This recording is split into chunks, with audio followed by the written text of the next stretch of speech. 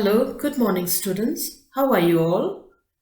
Today I'm here with another video, Unit 36, Question Answer Series of Class 11's Compulsory English book, Essay number 4 with the title, What is Poverty? Turn to page 279, Understanding the Text. Answer the following questions. A. What is poverty according to Parker? Answer.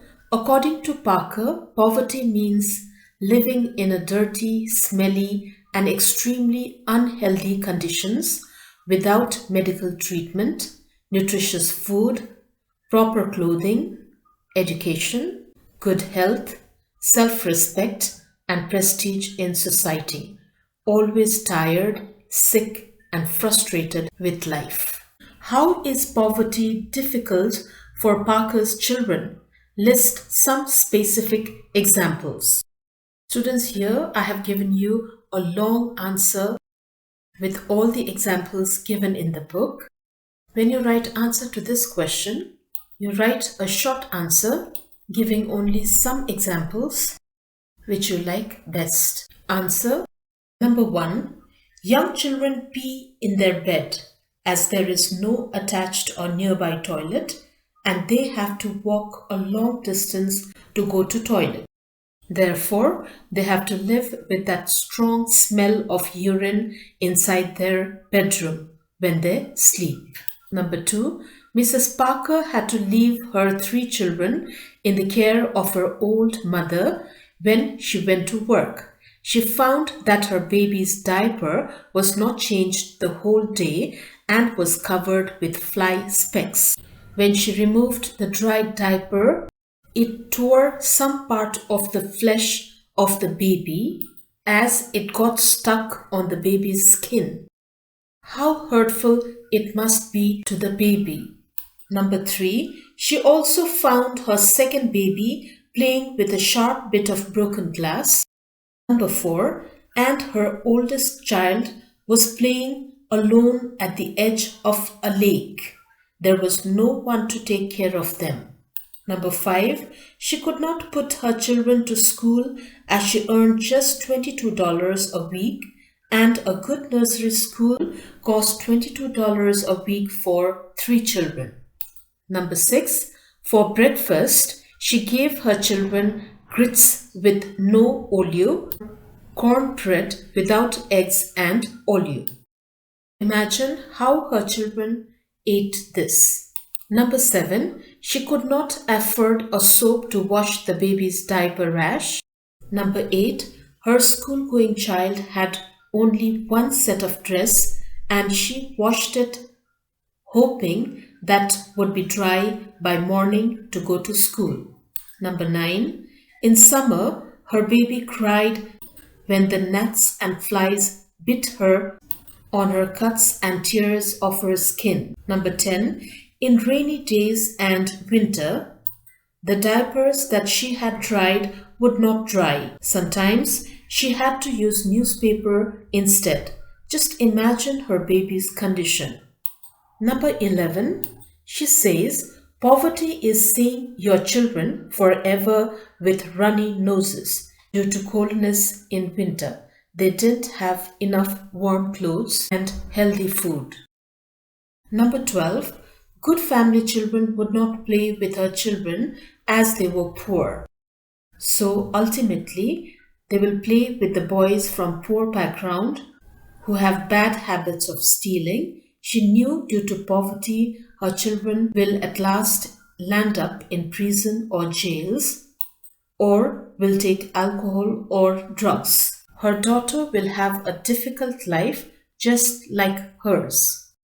Number 13, her children cannot go to schools as they have no extra books, magazines, pencils, crayons, and papers. Number 14, most important, they don't have good health as they have worms, infections, and pink eye all summer. They do not sleep well on the floor. Above all, they also are suffering from malnutrition.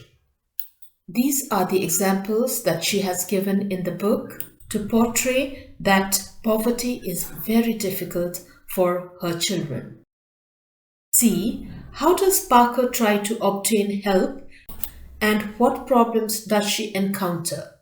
Answer. Parker says that poverty is asking for help. For the sake of her children, she tries to ask for a loan from a relative. She feels very bad about it, but she goes for it. They call her to the office, but she never finds that office. It is so difficult for her to find the place. After circling the block 4 or 5 times, finally she finds the place. She goes there and tells that she needs help, but that happens to be the wrong place. She goes to see another person and she needs to wait. And after telling her whole story to people again and again, she finds that it is the wrong office and she has to repeat the whole process, which is not easy for her. She is told to wait again.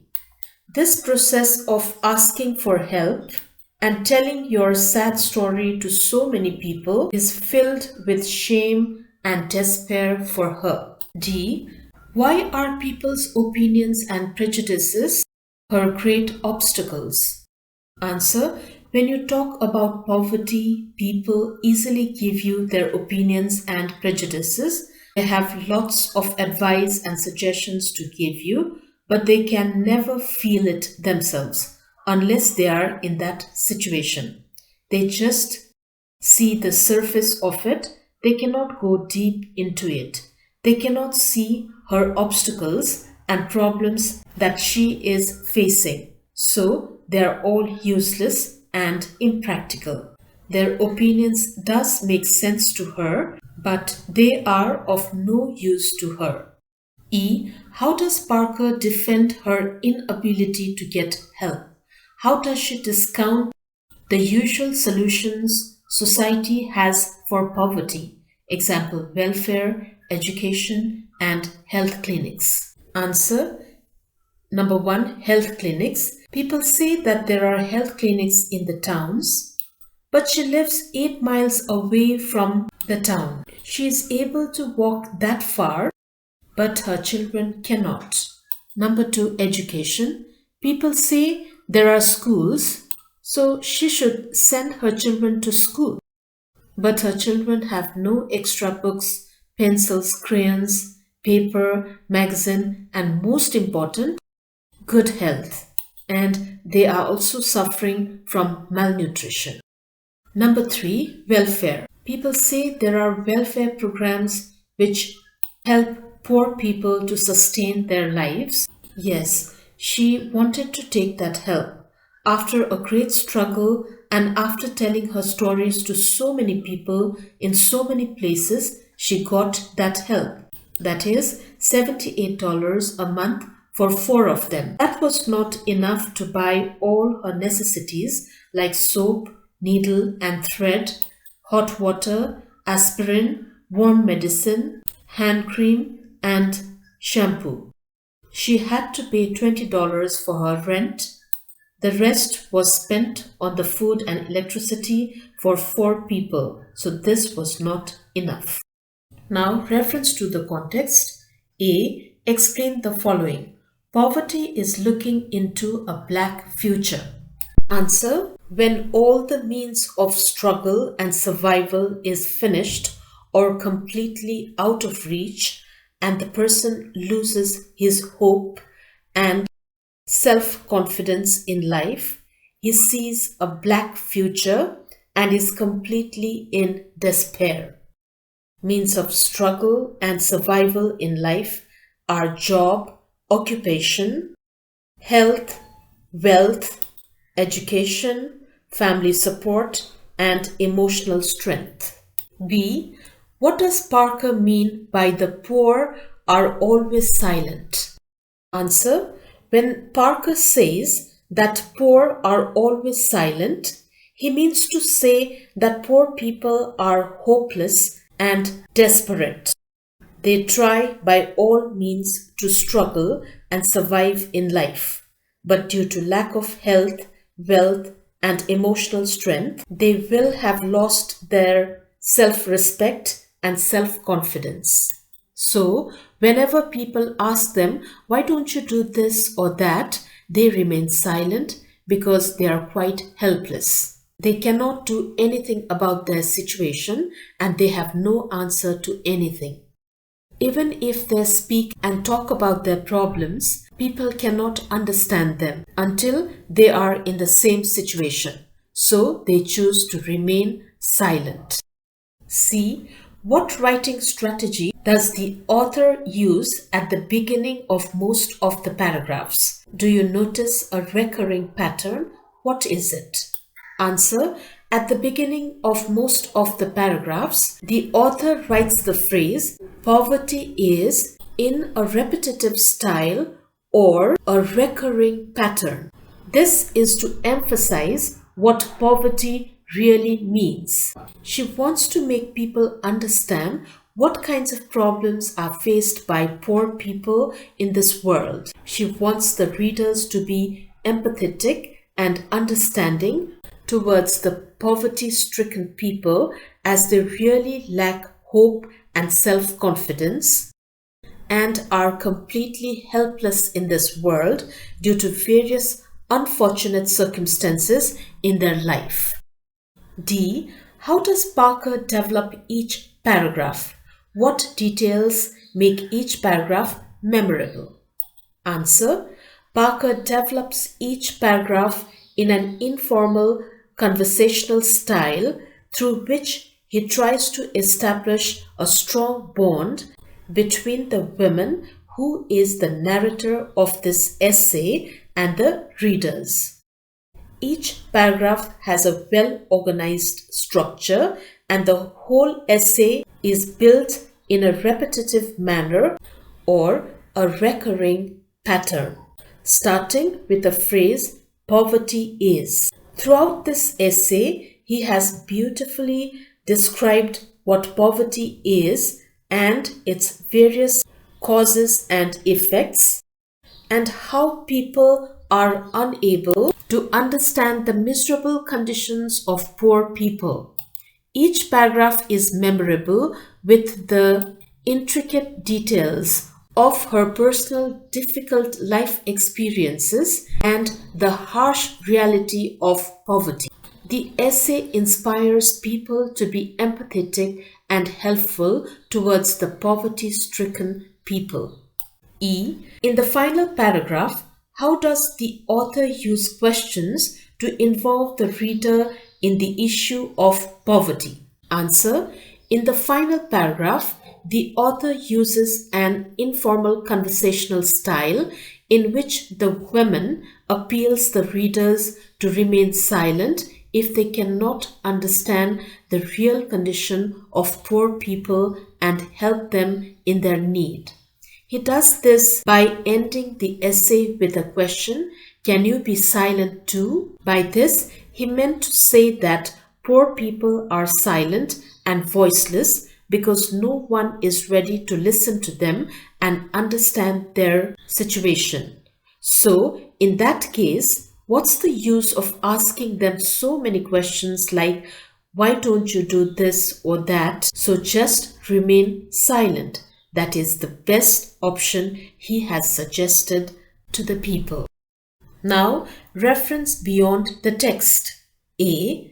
Define a social problem, homelessness, unemployment, racism, imitating Parker's style. Answer A. Homelessness. Homelessness is an extreme form of poverty faced by a person or family when he goes through unfortunate circumstances in his life, such as old age, overloads of loan and debt, loss of job or occupation, deteriorating health, loss of property, and social and family support. So, this word defines people who are homeless and living on the street in miserable conditions.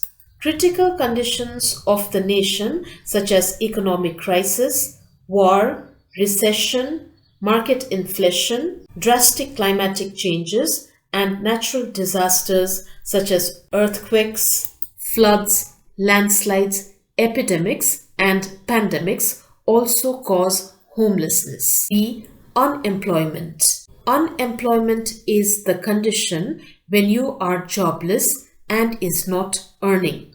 This condition might be due to the person's lack of education, experience, or skills. Also, economic crisis and recession, war, political conflicts, unfavorable climatic changes, and natural disasters increase unemployment in the nation. Unemployment brings lots of financial problems in the family, ill health, mental stress, and social humiliation to the individual person. It slowly leads the person to poverty and social devaluation.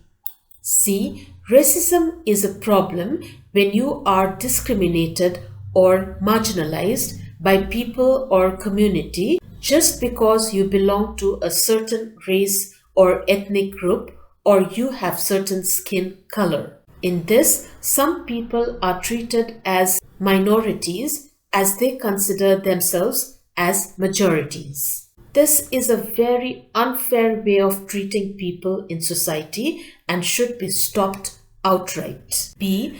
Write a short essay on growing up in poverty using adjectives to highlight the futility of the situation.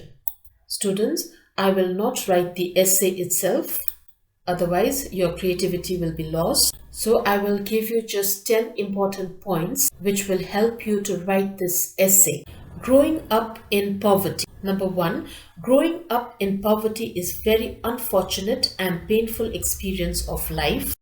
Number 2, the factors causing poverty. Unemployment, war and conflict in the nation, social and political disturbances and instability, economic crisis and recession and market inflation, drastic climatic changes and harsh climatic conditions, natural disasters, epidemics, and pandemics. Number 3, personal reasons causing poverty, lack of education, experience and skills, health, wealth, mental stability, and social support. Number 4, feelings of people in poverty, hopelessness and helplessness, shameful, guilty, discouraged, embarrassed, desperate, and frustrated. Lack of self-confidence and self-esteem. Number 5, the person is unable to fulfill the basic necessities of life, such as fooding, clothing, health services, housing and shelter, education and social security. Number 6, child labor, child abuse and exploitation, street violence, domestic violence, bullying, sexual abuse are some of the bad experiences of their life. Number 7, it is possible to come out of it with these: great struggle, personal effort and endeavor, that is dedication, patience and perseverance, knowledge and awareness. Number 8, government and society and individual persons should be empathetic and should provide help, guidance and support from their side. Number 9, one should not give up hope in life and should try by all means to come out of it. People cannot come out of poverty unless he really wants to. Number 10, we should understand their feelings and conditions and should regard them as human beings, also having the same feelings and requirements and human rights as us. So this is the end to our today's lesson. Thank you for being with me till the end. Bye-bye and have a nice day.